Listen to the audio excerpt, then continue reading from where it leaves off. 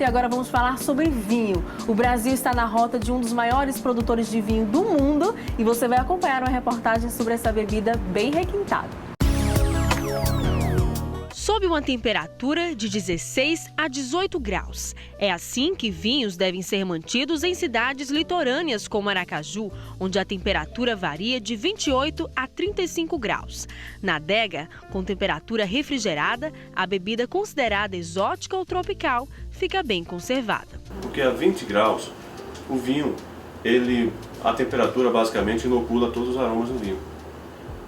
Diferentemente da cerveja, por exemplo, o vinho tem que ser resfriado e não gelado. O estoque de vinhos não é nada modesto. Comporta 3.000 garrafas de 915 rótulos diferentes, fabricados em 9 países, como Chile, Austrália ou Líbano. São todos importados de fino trato e que variam de R$ 30 a R$ 1.800. Esse sommelier, formado há 8 anos pela Associação Brasileira de Sommelier de São Paulo, diz que para cada ocasião existe um tipo diferente de vinho. Se você está numa praia, por exemplo, na beira de uma piscina, você tem a opção de um espumante ou de um vinho prosecco, que são vinhos leves, bem aromáticos, vinhos para a ocasião. No caso da sobremesa, você teria então os vinhos de sobremesa, são vinhos específicos, vinhos doces.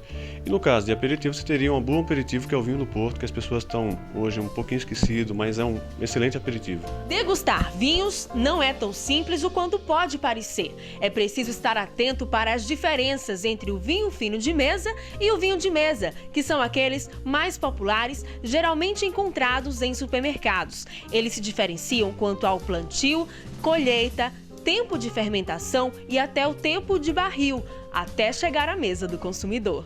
Separamos aqui algumas variedades de taças e vamos mostrar para vocês agora.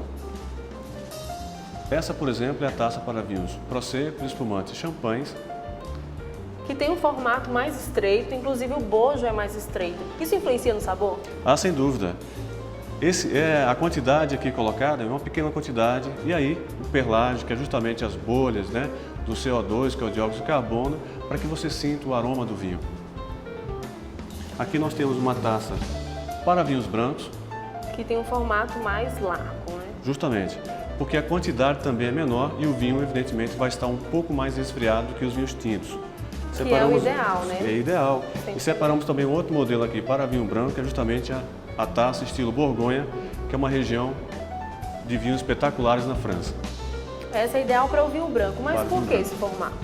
O formato acompanha também o formato das garrafas que lá são produzidas.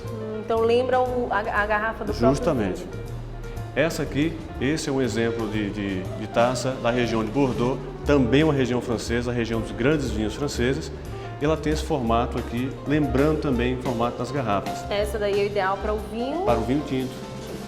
E essa também é a mesma taça, só que com outro fabricante, com modelo diferenciado, mas que também é adequada para vinhos tintos. É interessante observar que o vinho ele não é servido em taça por um acaso. A pessoa pode identificar a qualidade do vinho por meio do vidro, da forma como o vinho escorre por meio do vidro, e também o cristal. É importante frisar isso. Se a taça for de cristal, melhor vai ser o sabor. Sem dúvida. Vinho e cristal têm uma relação muito estreita e valoriza demais o vinho. O vinho fino de mesa é sempre uma boa companhia, em noites frias ou dias quentes. Um brinde então e saúde para todos.